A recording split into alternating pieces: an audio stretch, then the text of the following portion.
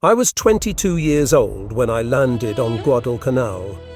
Young, scared, and completely unaware that what we were doing would change the war. But to understand why we were there at all, I need to take you back a few months. January 1942. The Japanese were everywhere. I remember the news coming in that January. The Japanese were winning everywhere. Manila fell. Hong Kong surrendered. They sank the Prince of Wales and Repulse. British battleships, gone just like that. In a few weeks, Japan had conquered more territory than anyone thought possible. But here's something I didn't know until years later. Something that would have changed how I felt about everything. Their top admiral wasn't celebrating. Admiral Yamamoto, the man who planned Pearl Harbor, was worried sick. So worried that his own people thought he might get killed for speaking his mind. He'd been too vocal about his doubts, see? 3 months before the war started, Yamamoto told a friend something chilling.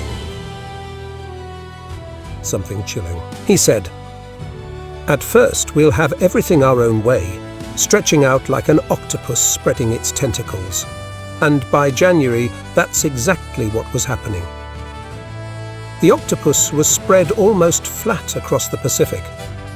But Yamamoto said something else.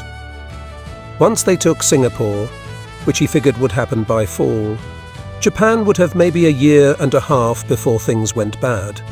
His message was urgent. We must get a peace agreement by then.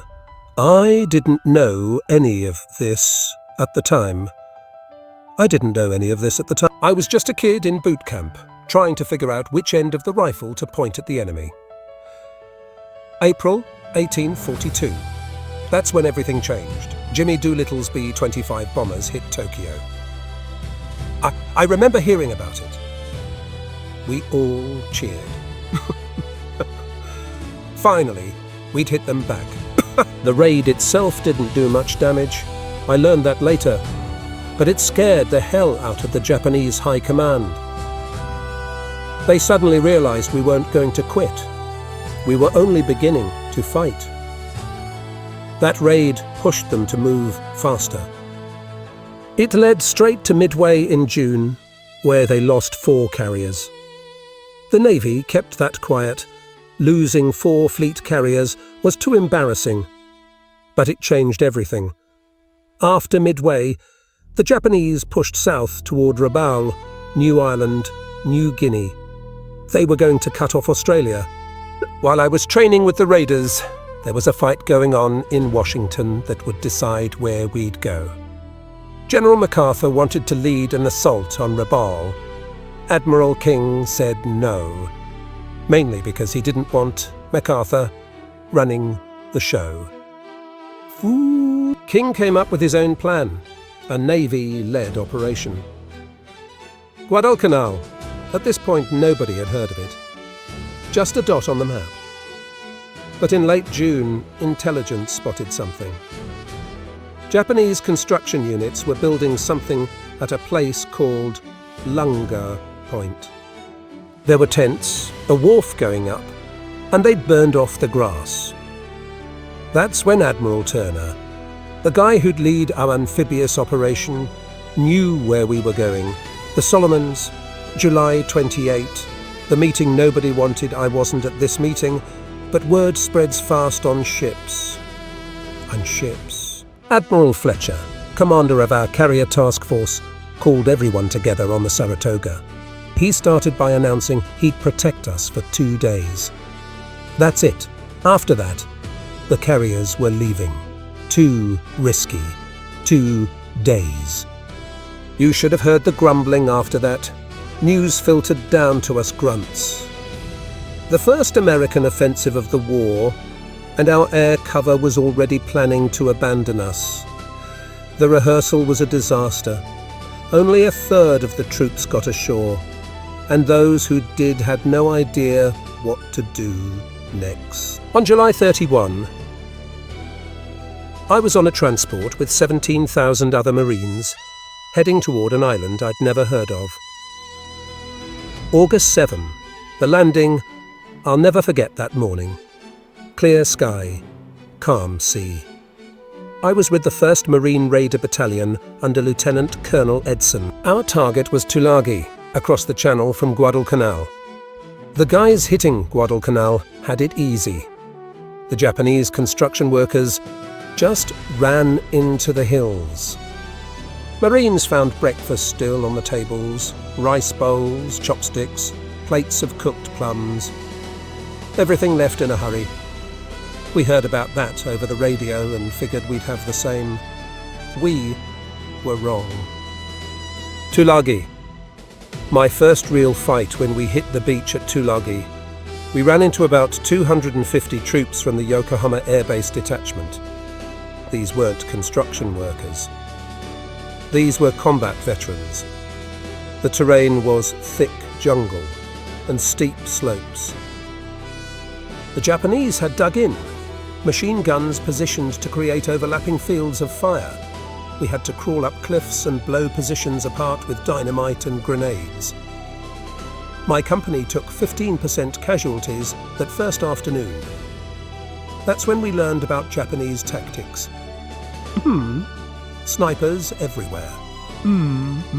They'd let your forward unit pass, then shoot you from behind. And those small 25 caliber rounds? They were designed to wound, not kill. One wounded man ties up more guys than a dead one. That first night, they counterattacked. Broke through our perimeter. I fought in my foxhole with my rifle, my knife and grenades. In the dark, you couldn't tell who was who. You just fought anything that moved. The second day, understanding what we were up against the second day, we cornered some Japanese officers in a dugout. Japanese officers in a dugout. They had one loaded pistol between them. Instead of surrendering, one officer shot his 2 companions. Then himself. I'd never seen anything like it. We'd been taught that soldiers surrender when they're beaten. These guys chose death. Then we found out that some Japanese would fake surrender, then attack with hidden weapons. After that, we stopped taking chances. I'm not proud of it, but that's war. I watched Gunnery Sergeant Angus Goss try to clear a cave. He threw a hand grenade in. The Japanese inside calmly threw it back. Oh, he tried again. They threw it back again. He tried a satchel charge. They shoved it out and wounded him. Finally, he cleared that cave with his submachine gun. On Gavutu and Tanamogo, it was even worse. When our tanks landed, Japanese soldiers rushed forward with crowbars, trying to jam the treads. They threw grenades. They set tanks on fire with gasoline-soaked rags.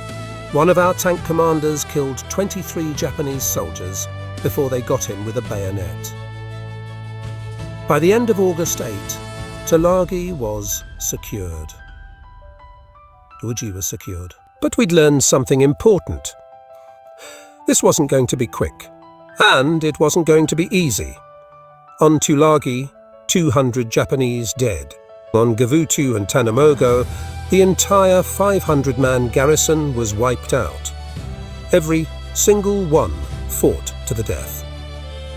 The air battle above us while we fought on the ground. The air battle raged overhead. Our F-4F Wildcat pilots learned fast that the Zero was superior in almost every way. Faster, more maneuverable, climbed better. But our planes were built like tanks. They could take punishment. They could take punishment. In the first major raid, our guys shot down 23 of 24 Betty bombers. But it cost Admiral Fletcher 21 carrier planes. That gave him the excuse he needed. Fletcher abandons us at 6:00 p.m. On August 8, Fletcher asked permission to withdraw his carriers. He didn't wait for an answer. He just left. He just left. I remember the exact moment we found out. One of the radiomen told us the carriers were gone. No air cover. We looked at each other with this sick feeling. We were on our own. The night we didn't see coming, what we didn't know, what none of us knew, was that while Fletcher was pulling out, a Japanese admiral named Gunishi Mikawa was steaming straight toward us.